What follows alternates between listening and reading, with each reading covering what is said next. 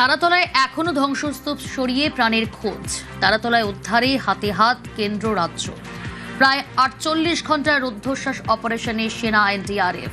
যুদ্ধকালীন তৎপরতায় চলছে উদ্ধার কাজে পুলিশ, দমকল, পুরকর্মীরাও।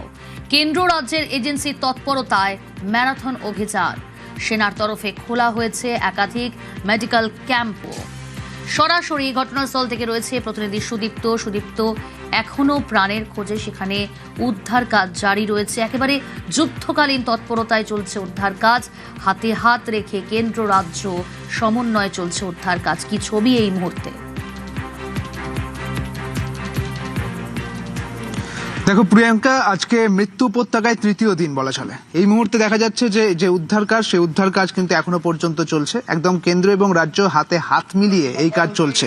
জাতীয় বিপর্যয় মোকাবিলা টিম রয়েছে, এসডিআরএফ রয়েছে এবং ডিএমজি রয়েছে, কেএমসি কর্মীরা রয়েছে, কলকাতা পুলিশ রয়েছে এবং দমকল রয়েছে। এখন যে ছবিটা দেখা যাচ্ছে যে বেশ কিছু এনডিআরএফ এর যারা কর্মীরা তারা যেমন এলেন সকালবেলা এবং রাত থেকে সারা রাত ধরেই কিন্তু কাজ চলেছে। এখন এই মুহূর্তে ভার্টিক্যালি একটি জায়গা আবার কিন্তু নতুন করে খোঁড়ার কাজ চলছে এবং একটি তুমি যে ছবিটা দেখতে পাবে সেখানে যেমন আর্মিরা রয়েছে, অর্থাৎ সেনাবাহিনীর যারা কর্মী তারা রয়েছেন, সেনারা রয়েছেন, একই সঙ্গে এনডিআরএফ এর কর্মীরা রয়েছেন এবং ডিএমজির যারা কর্মী অর্থাৎ ডিজাস্টার ম্যানেজমেন্টের যারা কর্মী তারা রয়েছেন।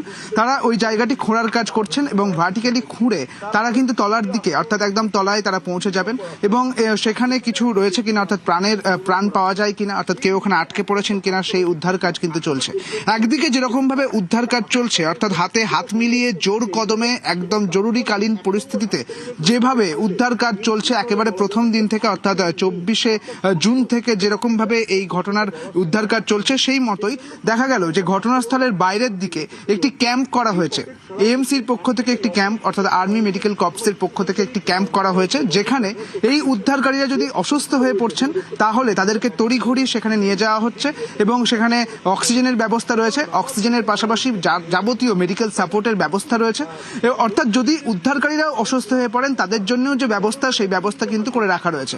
আমরা দেখেছিলাম যে 24 তারিখে যখন এই পরিস্থিতি তৈরি হয়েছিল সেই সময়ই কিন্তু এএমসির পক্ষ থেকে মেডিকেল টিম পৌঁছে গিয়েছিল, একই সঙ্গে এনডিআরএফ পৌঁছে গিয়েছিল।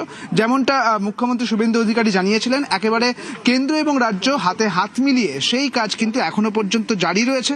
এখনো পর্যন্ত কিন্তু উদ্ধার কাজ জারি রয়েছে, এমনটাই দেখা যাচ্ছে। একটু ছবিটা দেখাতে বলবো আমার ক্যামেরা পার্সন খোকন, সেই ছবিটা দেখাচ্ছে যে ধ্বংসস্তূপ, সেই ধ্বংসস্তূপে যেরকম ভাবে ভার্টিক্যালি খোঁড়ার কাজ চলছে, অন্যদিকে স্নিপার ডগ এনে সেই চেকিং চলছে, স্ক্যানিং চলছে, যদি কোনো প্রাণকে তারা লোকেট করতে পারে সেই জিনিসগুলোও কিন্তু এখনো পর্যন্ত জারি আছে। অর্থাৎ এখনো এখানে যে প্রাণ পাওয়া যেতে পারে, এখনো পর্যন্ত যারা এখানে আটকে রয়েছেন বলে মনে করছে প্রশাসনের তরফ থেকে মনে করা হচ্ছে, সেই কিন্তু উদ্ধার কাজ, সেই মতো উদ্ধার কাজ কিন্তু এখনো পর্যন্ত বজায় রয়েছে। সেই ছবি একেবারে স্পষ্ট প্রিয়াঙ্কা।